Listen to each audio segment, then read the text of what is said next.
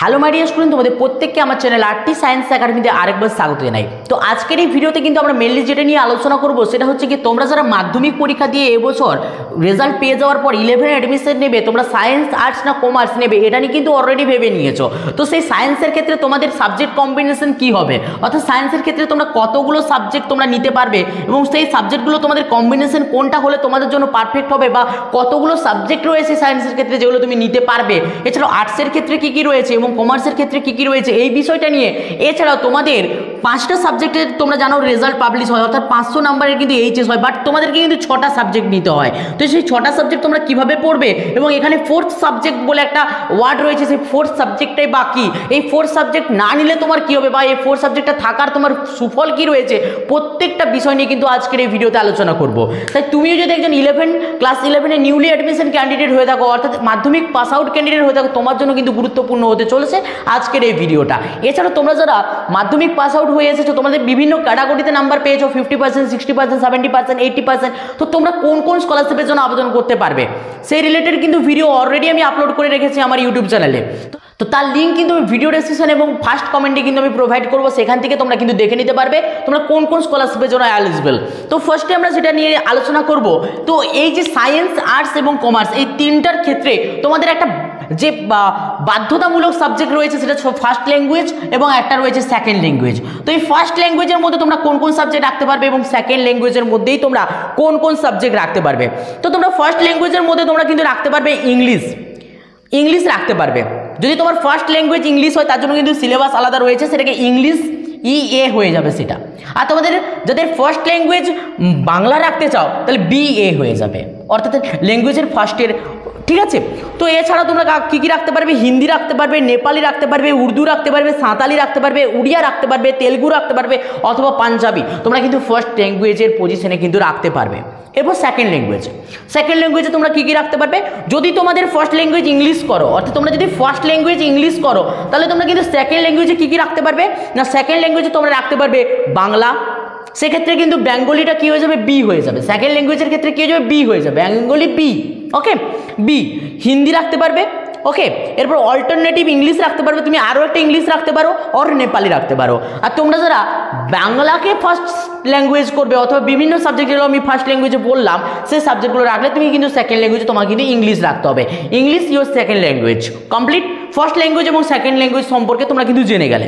এবার চলে আসো আমরা সেট 1-এ কথা বলবো। সেট 1-এ রয়েছে সায়েন্স। তো এই সায়েন্সের মধ্যে তোমরা কোন কোন সাবজেক্ট রাখতে পারবে, তো সায়েন্সের মধ্যে তোমরা জানো যে মোট যে টোটাল যে 5টা মেন সাবজেক্ট সায়েন্সে রয়েছে, অর্থাৎ 4টা যেটা রয়েছে তার মধ্যে ম্যাথ একটা, তার মধ্যে হচ্ছে আমাদের বায়োলজি একটা, তার মধ্যে আমাদের কিন্তু ফিজিক্স একটা, তার মধ্যে আমাদের কিন্তু কেমিস্ট্রি একটা। এই 4টা কিন্তু মেন সাবজেক্ট। তো এই মেন সাবজেক্টগুলো ছাড়া তোমরা কী কী নিতে পারবে, মেন সাবজেক্ট ছাড়া তোমরা নিউট্রিশন নিতে পারবে, তোমরা জিওগ্রাফি নিতে পারবে, তোমরা এগ্রিকালচারাল নিতে পারবে, তোমরা কিন্তু স্ট্যাটিস্টিক নিতে পারবে, তোমরা ফিজিওলজি নিতে পারবে, তোমরা সায়েন্স অফ ওয়েলবিং নিতে পারবে, তোমরা কম্পিউটার সায়েন্স নিতে পারবে, তোমরা এনভায়রনমেন্টাল সায়েন্স নিতে পারবে, তোমরা হেলথ অ্যান্ড ফিজিক্যাল এডুকেশন নিতে পারবে, তোমরা সাইবার সিকিউরিটি নিতে পারবে, তোমরা আর্টিফিশিয়াল ইন্টেলিজেন্স নিতে পারবে, তোমরা ডাটা সায়েন্স নিতে পারবে। এতগুলো সাবজেক্ট নিয়ে তোমরা কিন্তু পড়াশোনা করতে পারো। কম্বিনেশনটা নিজেকে তৈরি করে নিতে হবে। তোমাদের স্কুলে যেমন ফ্যাসিলিটি দেওয়া আছে, অর্থাৎ তোমাদের স্কুলে যেমন কম্বিনেশন রয়েছে সেই অনুপাতে তোমাকে কিন্তু 5টা যে সাবজেক্ট সেই 5টা সাবজেক্ট কিন্তু চুজ করে নিতে হবে। তোমার যদি টার্গেট থাকে MBBS অথবা ইঞ্জিনিয়ার অথবা নার্সিং, তো সেক্ষেত্রে তোমার কিন্তু এই যে 4টা সাবজেক্ট দেখতে পাচ্ছ এই 4টা সাবজেক্ট তোমার কিন্তু নিয়ে পড়াশোনা করতে হবে।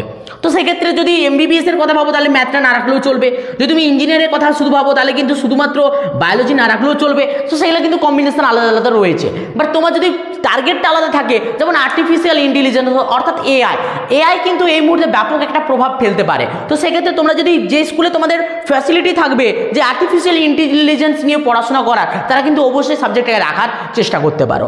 এবার চলে আসো সেট 2।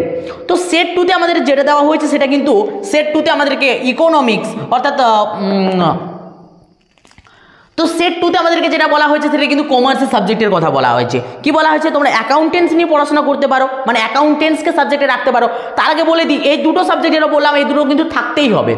তাছাড়াও তোমরা অ্যাকাউন্টেন্স রাখতে পারো, বিজনেস স্টাডিজ রাখতে পারো, কমার্স ল রাখতে পারো, ওকে, স্ট্যাটিস্টিক রাখতে পারো, তোমরা ইকোনমিক্সের একটা পার্ট রাখতে পারো, কস্টিং অ্যান্ড ট্যাক্সনাল তোমরা রাখতে পারো, মডার্ন কম্পিউটার অ্যাপ্লিকেশন তোমরা রাখতে পারো, এছাড়াও কিন্তু আর্টিফিশিয়াল ইন্টেলিজেন্স এখানেও রাখতে পারো, ফিজিক্যাল অ্যান্ড হেলথ যেটা আমরা বললাম হেলথ এবং ফিজিক্যাল এডুকেশন সেটাও রাখতে পারো, সাথে কিন্তু ম্যাথামেটিক্স তোমরা কিন্তু এখানে রাখতে পারো, এছাড়াও ভোকেশনালের বিভিন্ন সাবজেক্ট তুমি কিন্তু এখানে অ্যাড করতে পারো। এটা তোমরা কিন্তু কমার্সের ক্ষেত্রে তোমরা কিন্তু করতে পারবে।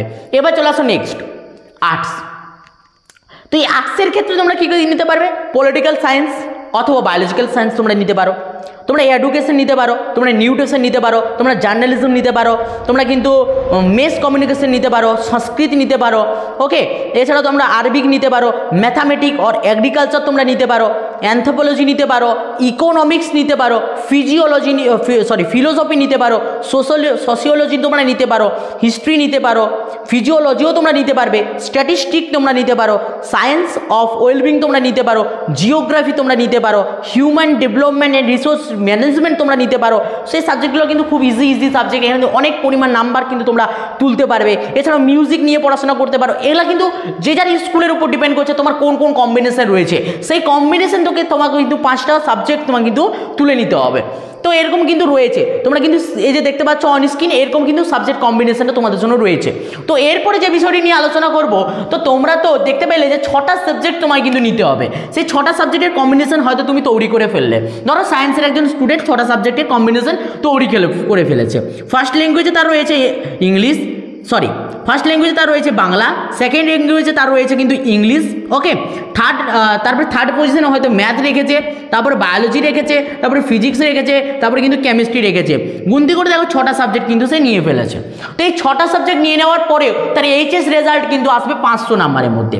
তো এই 500 নাম্বারের মধ্যে যদি আসে প্রত্যেকটা সাবজেক্টের জন্য 100 করে, প্রত্যেকটা সাবজেক্টের জন্য 100 করে, তো তোমাদের যেহেতু সেমিস্টার পরীক্ষা হবে, ফার্স্ট সেমিস্টার হবে 35 নাম্বার এই সায়েন্সের সাবজেক্টের ক্ষেত্রে, এবং আর্টসের সাবজেক্টের ক্ষেত্রে কিন্তু 40 নাম্বারের। 40 দুটো সেমিস্টার মিলে রেজাল্ট হবে 40 80 এবং প্রজেক্ট 20, এদের 35 হবে 70 প্লাস 30 হচ্ছে প্রজেক্ট, তাহলে কিন্তু 100, টোটাল কিন্তু 100 নাম্বারের দুটো সেমিস্টার মিলে পরীক্ষা হবে। তো ফার্স্ট সেমিস্টারটা এমসিকিউ হবে এবং সেকেন্ড যে সেমিস্টার সেটা কিন্তু বিভিন্ন রকমের কোশ্চেন মিক্স থাকবে। তো এক্ষেত্রে এই যে 5টা সাবজেক্টের রেজাল্ট বেরোবে, তাহলে একটা সাবজেক্ট কি বাদ চলে যাবে? ইয়েস, ওই একটা সাবজেক্টে আমরা বলবো 4th সাবজেক্ট। তো এখানে 4th সাবজেক্ট কি তোমাকে প্রথম থেকে চুজ করে নিতে হবে? একদমই না। 4 সাবজেক্ট তোমার বাংলাও হতে পারে, তোমার ইংরেজিও হতে পারে, তোমার ম্যাথও হতে পারে, বায়োলজিও হতে পারে, ফিজিক্সও হতে পারে, কেমিস্ট্রি হতে পারে। সেটা ডিপেন্ড করছে তোমার নাম্বারের উপরে, তুমি যেটাতে কম নাম্বার পাবে। অর্থাৎ সাপোজ ধরো কোনো একজন পার্সন বাংলাতে পেলো 90, ইংলিশে পেলো 85, ম্যাথামেটিক্সে পেলো 90, বায়োলজিতে পেলো 92, ফিজিক্যাল সায়েন্সে পেলো 88 এবং কেমিস্ট্রিতে পেলো সাপোজ দেখা গেল হয়তো 93 একটা নাম্বার পেলো। তো সেক্ষেত্রে দেখো সব থেকে ন্যূনতম নাম্বার সে কোন সাবজেক্টে পেয়েছে, তো সব থেকে ন্যূনতম নাম্বার সে কিন্তু 85 পেয়েছে ইংলিশে। তো সেক্ষেত্রে তার এই ইংলিশ সাবজেক্টটা বাদ দিয়ে 90 প্লাস 92 প্লাস 92 প্লাস 88 প্লাস 93 যোগ করে যে নাম্বারটা আসবে সেটাই কিন্তু হয়ে যাবে তার 500-র মধ্যে একটা নাম্বার। অর্থাৎ এর ওপর ডিপেন্ড করে তার কিন্তু রেজাল্টটা তৈরি হবে। এক্ষেত্রে এটা হয়ে গেল তার 4 সাবজেক্ট, অর্থাৎ ইংলিশ হচ্ছে তার কিন্তু 4 সাবজেক্ট। ওকে, ক্লিয়ার? তাহলে 4 সাবজেক্টের কনসেপ্ট তোমাদের ক্লিয়ার। তো এক্ষেত্রে তোমাদের 5টা সাবজেক্ট নিলেও কি চলবে? একদমই, তুমি 5টা সাবজেক্ট নিয়েও পড়াশোনা করতে পারো।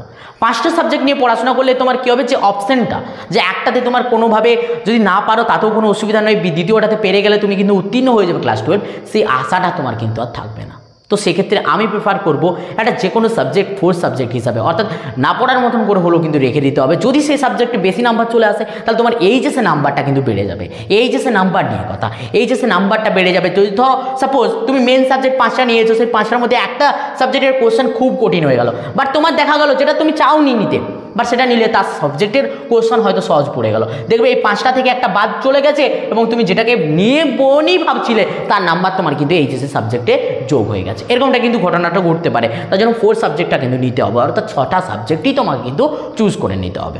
তো আশা রাখবো এই রিলেটেড কোনো রকম কোনো কনফিউশন তোমাদের মধ্যে থাকার আর কথা নয়। যদি থেকে থাকে অবশ্যই কিন্তু কমেন্ট করে জানাতে ভুলো না। আর যদি কোনো রকম কোনো আপডেট তোমাদের প্রয়োজন পড়ে, কোনো রকম কোনো কথা যদি তোমাদের থেকে থাকে, অবশ্যই আমাকে কিন্তু আমার টেলিগ্রাম চ্যানেল সহ আমার ফেসবুক পেজটাকে ফলো করে নিতে পারো। সেখানে আমি কিন্তু তোমাদেরকে অনায়াসে উত্তর দিতে পারবো। এবং অবশ্যই চ্যানেলটিকে সাবস্ক্রাইব করে পাশে থাকা বেল আইকনে ক্লিক করতে ভুলো না, কারণ হচ্ছে সায়েন্সের ক্লাস কেমিস্ট্রি ক্লাস কিন্তু এই চ্যানেলের মাধ্যমে হয়। এছাড়াও স্কলারশিপ রিলেটেড ভিডিও আমি এই চ্যানেলের মাধ্যমে প্রোভাইড করি। তো সমস্ত রকমের অফার কিন্তু রয়েছে এই চ্যানেলে। তো অবশ্যই কিন্তু চ্যানেলটিকে সাবস্ক্রাইব করতে এবং বন্ধুদের মধ্যে কিন্তু শেয়ার করতে ভুলো না। তো চলো বাই, দেখাচ্ছি নেক্সট ভিডিওতে। প্রত্যেকে ভালো থাকবে, প্রত্যেকে সুস্থ থাকবে।